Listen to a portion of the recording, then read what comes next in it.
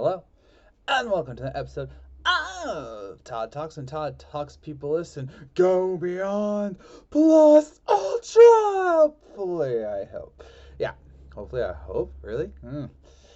So, today we are talking about the upcoming death battle between Deku, aka Izuku Midoriya, and Asta.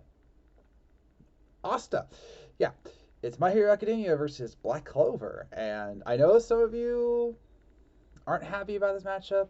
I know some of you were saying like Gon from Hunter x Hunter.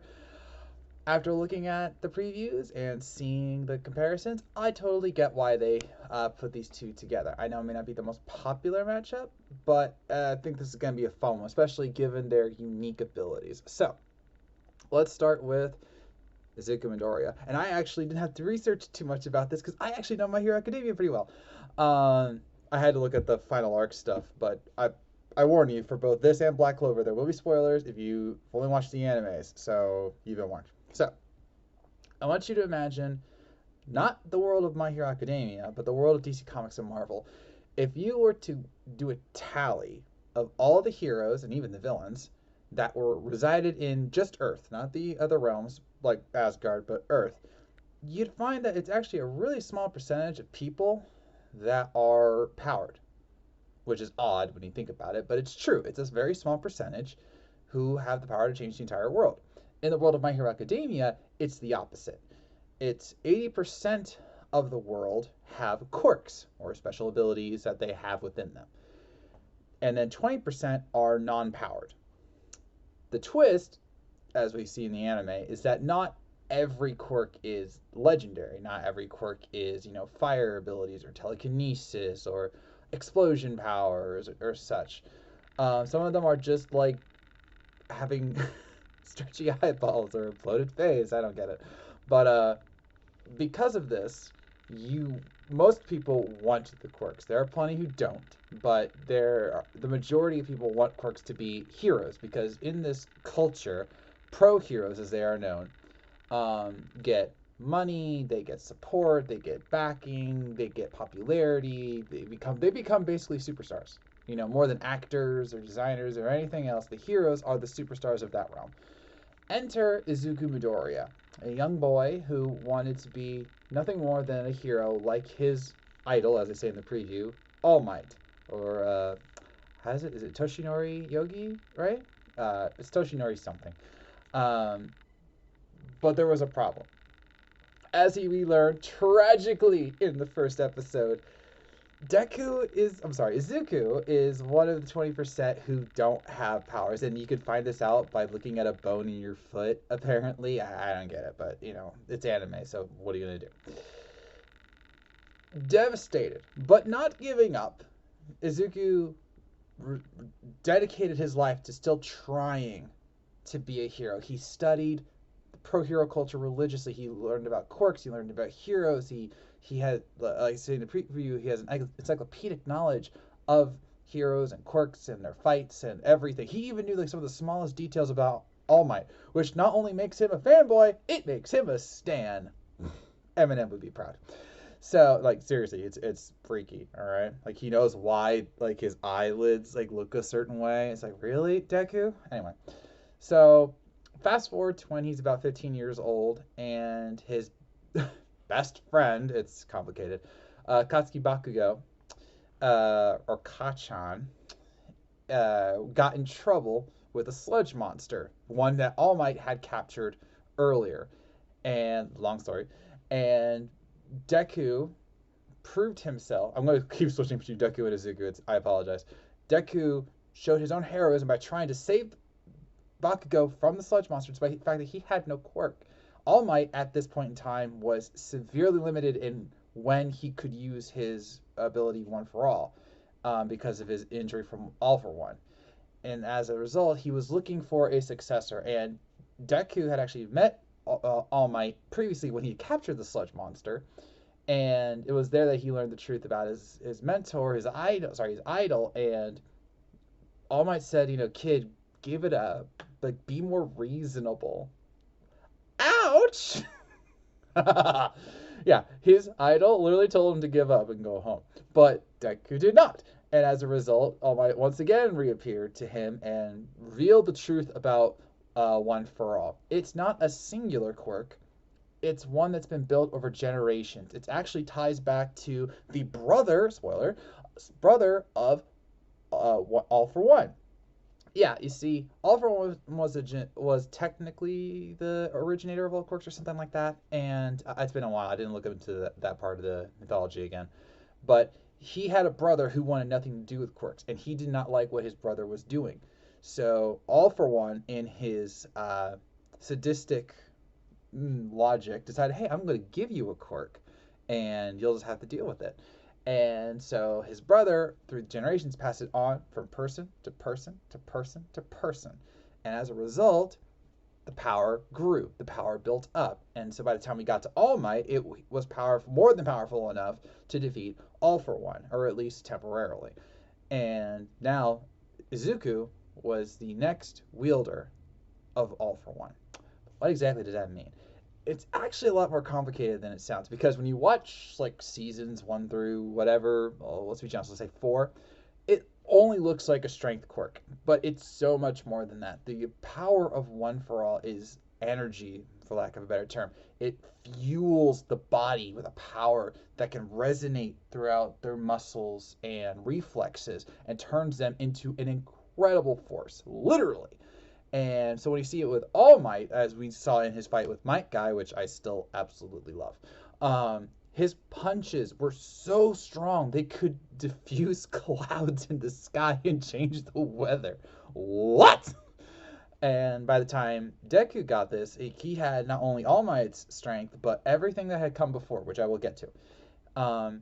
So Deku gets this power, and through All Might's training, he was able to do the entrance exam for UA High, the most prestigious school in all of Japan. And as a result, he not only he passed, barely, and on technicality no less, um, he was able to get trained by some of the teachers at the school, including Eraserhead and others. Uh, Midnight, Cementos, what was the gunslinger? It doesn't matter. So he has done, he at first could not use his ability correctly, because having that much power in you, it has a drawback. Now, for All Might, ironically, he used it fine, but Deku, who was not built for this, if for lack of a better term, he had to figure out his own way to harness the power of All for One. So he went, at first, he would just channel everything into his arm and smash! And he would almost destroy his arm in the process. Not the best idea, Deku. So over time, he realized that he could diffuse it. After training with Gran Torino, he learned the full cowling technique, which is you take the 100%, but then you distribute it around your body.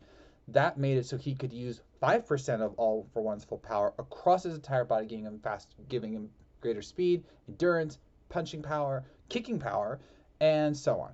And over time, he continued to enhance this technique so that he could do more. For example, in his early days, like seasons 1 and 2, yeah, the Summer Camp arc was number 2. He was able, or he kept using his arms for attacks, but that made it so that his arms were literally on their, wait for it, last legs. Get it? So he was told that if he kept using his arms this way, if he kept using All for One, or One for All at 100%, his arms would be destroyed. So, getting inspired by his buddy Ida, he developed shoot style, which was he put it in his legs. A very clever trick. And as Wiz noted, your legs actually have greater muscle mass, so he was able to do better kicks, he could enhance his speed, and so on and so forth. So over time, Deku slowly but surely built up his, let's call it, tolerance for a One for All. And by the time of the final arc, which is still going on right now and will not be fully included in the death battle, so be ready for that. It's gonna be like Halloween Kills all over, or Halloween Ends all over again. He was able to build up how much he could use. According to the wiki, I have not read the manga. According to the wiki, at the current point in the final arc, he is able to use about 45% of All for One. Dang it, One for All. Sorry. it's just easy to switch up. Of One for All, which is more than enough to make him one of the strongest quirk users on the planet. Over the course of the 5 seasons of the anime, I haven't seen season 6, and the manga, he has shown his ability to adapt on the fly, to observe and react, and to even use the other quirks of One for All to defeat foes, or at the very least give them a challenge. You might remember the classic second season arc of the sports festival where he took on Todoroki and almost won. He went one on one with Bakugo and almost won. He defeated Overhaul, Muscular, Hero Killer Stain, and others, despite him still being in training. Remember, he's doing this in training. All right, he's still training to be a pro hero. He does have his provisional license, which he also had to beat some people for, and so on. Um, and he keeps getting better. Like him and Asta, as you'll see, have an indomitable will. He believes in his mission to be a symbol of peace. He wants to be like All Might. He wants to be worthy to wield One for All, not just by having it, but by demonstrating what it really is. And that makes him an incredibly kind character, an empathetic character, and one who is driven to help people. Like you might remember in season 4 with Eri, when he first meets her, he's not taken aback by Overhaul and his very menacing figure. He's worried about Eri. He's like, what kind of? He sees the bandages on her and sees the fear in her face. He's like, what kind of person hurts this girl? And he could tell. He figures it's Overhaul, but he can't prove it, and then Eri runs away. And even later, when Eri's quirk is still not in full use, he's always concerned about her. He's always looking out for her. He does the concert thing because he wants Eri to be there and to have some fun in her life. He is a very kind character. And when he goes into battle, he actually lets loose a little more. He even admits that he acts like Bakugo because of his drive for victory, Bakugo's drive for victory. He emulates that, even though he doesn't like it at times. The catch is that he sometimes goes too far. Because of his body's, what's the right word? Inability to handle All for One at full power, he puts himself at risk so many times. He seriously can't stop himself from going all out in the worst ways and almost destroying his body. Like you might recall his battle with Muscular, where he was straight up beaten and then he used 100% punch to defeat him at the cost of his arms. And while he did beat Overhaul, it was because Eri was on his back and was literally healing his body while he was doing his incredible attacks, including the 1,000,000% One for All, which he cannot do. He will not, if he even tries that in Death Battle, he will destroy his body, if not kill himself. So that will not happen here.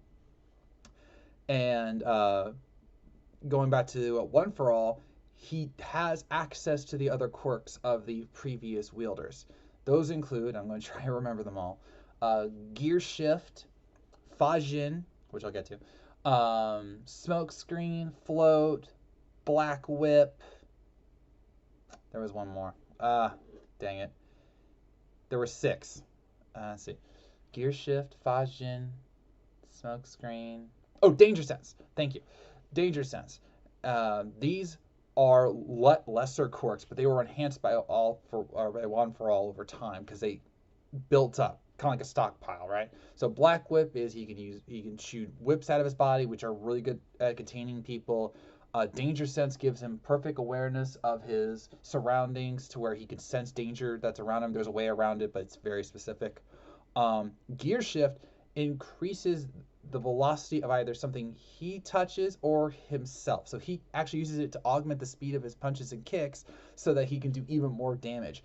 Fajin builds up kinetic energy over time, and he can use it as either energy in a blast or to power himself up. He even has a thing called Faux 100%, where he builds up enough energy via Fajin and mixes it with his own power to go 100% without destroying his body. It takes time, but he can do it.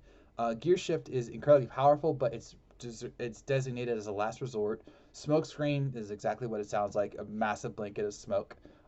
He even has an ultimate attack using it.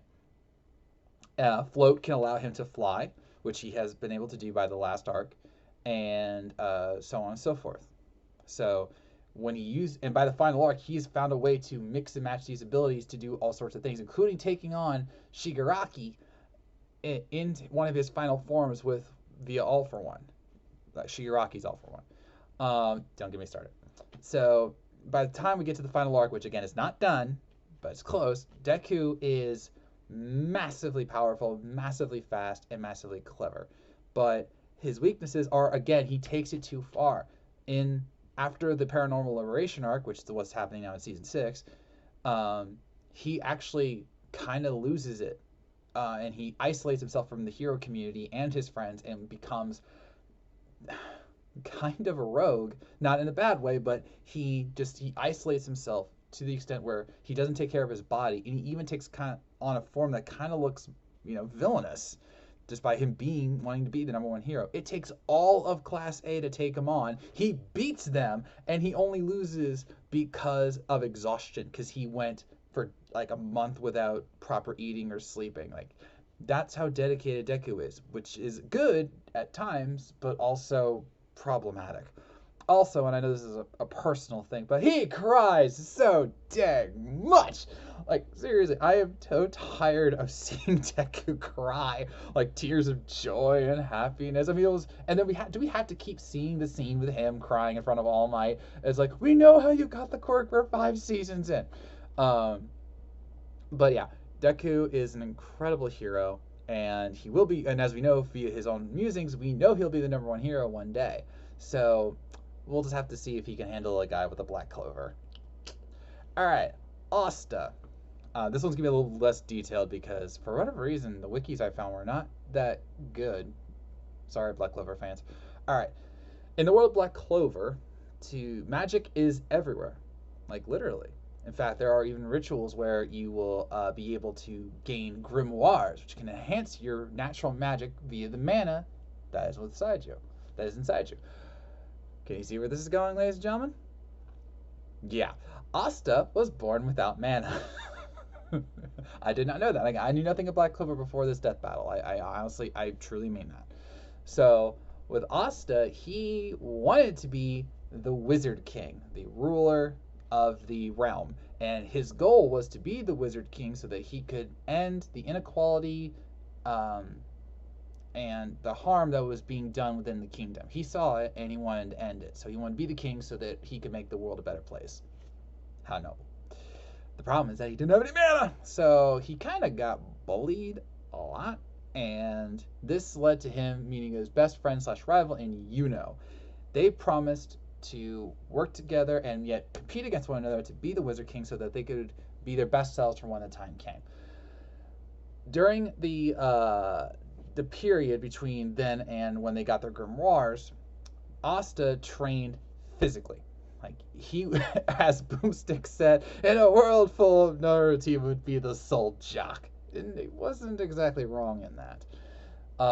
He trained to be an incredibly physical fighter and used that to great effect. But as any, RPG user will tell you, just because you have strength doesn't mean you can beat magic. And this is where his luck came into play. A 5 clover luck. Yuno was being attacked by a thief. And during that point, he got a 5-leaf clover grimoire, one that was fueled by anti-magic. Yes, in a world full of magic, there is one way to beat everybody, and that's by making their magic useless. And that's what anti-magic does.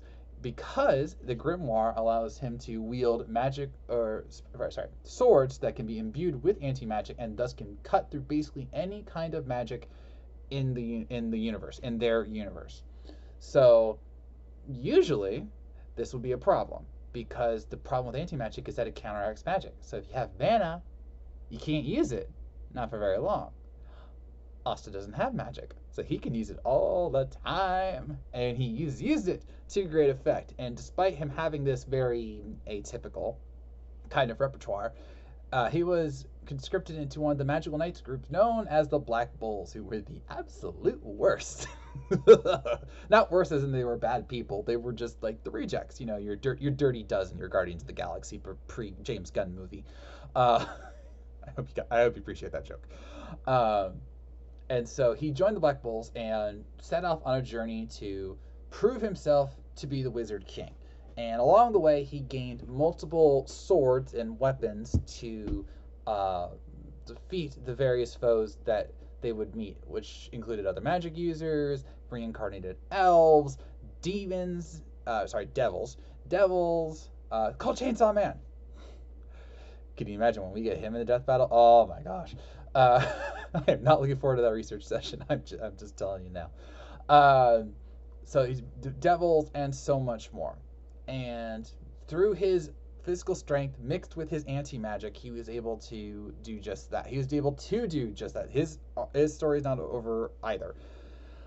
He has multiple weapons that can assist him in battle, including the Demon Slayer, the Demon Katana. There are a couple others, and I'm not mentioning them specifically because it only works on magic, or to a certain extent. Anti-magic is anti-magic. It's not supposed to. It's supposed to work against magic and nothing else. If you swing a sword with anti-magic imbued on a, say, like a rock, it's going to act like a sword hitting a rock. A very powerful sword hitting a rock, wielded by a very powerful young man hitting a rock, but it's still a sword hitting a rock. And that's the irony here, is that in this fight, which I will discuss, we having a guy who is meant to beat magic versus a guy who has no magic. Two guys who don't have magic. Go figure. It's death battle. I think it's the first time I've said that. It's death battle. Yeah. So anyway, through his techniques, he was able to prove himself over and over again against some of the stronger fighters in his realm, including and helping the Black Bulls prove themselves over time. He saved multiple people from multiple attacks and devils and monsters, and through his sword and anti-magic, he has done some incredible feats. He has cleaved diamonds in half. All right, it was actually really cool line. He goes, "I may be a pebble, but I'm a pebble who can slice through diamonds," and he did it. He's chopped through entire golems. He punched a rock, like just punched. He punched a rock so hard that it left an imprint on it, and he had no damage to him. All right. Um, he he was able to go up against Lucifero, who is one of the three ruling devils of the underworld. He was at the first circle, and he was able to beat him with his partner. Well, partners aren't allowed in death battle. Oh, this one is. You see, there's a thing in the Black Grimoire known as the Five-Leaf Clover, and it's called Libe. Libe? I didn't look up how to say the name. I also would have called him Asta if it wasn't Asta, so thanks Death Battle. But yes, it's Libe. Libe is a devil who, ironically, didn't have any powers despite being a devil. Symmetry. And after meeting a human who we find out was Asta's mother, he was able to wield the power of anti-magic. And through this, he would eventually bond with Asta. And in this world, you can have a union with a devil, which usually would never end well. But it does. It does in this case. Who knew? Anime people knew. So through this, Asta can unlock his black form, which is not unlike Ragna with his Azure Grimoire. Grimoire, huh? Didn't catch that until now. And not unlike Ragna, he also gave an arm to Libe so that he could have more power. Now, not unlike One for All, he has a time limit on how much he can use it without hurting himself. Over the course of the series, it went from I can just use it on my arm to I can use it full body for about 5 minutes. At the near end of the series, which is where we are now, he could do it for about 30 minutes. And with that power, he was able to cancel out a singularity and go up against Lucifero and defeat him with their Infinite / Equinox, if I remember that correctly. And that was an attack that was able to slice through anything that the user wanted. That's the exact wording. Slice through anything that the user wanted, and it could extend for miles without damaging or sorry, without losing its edge.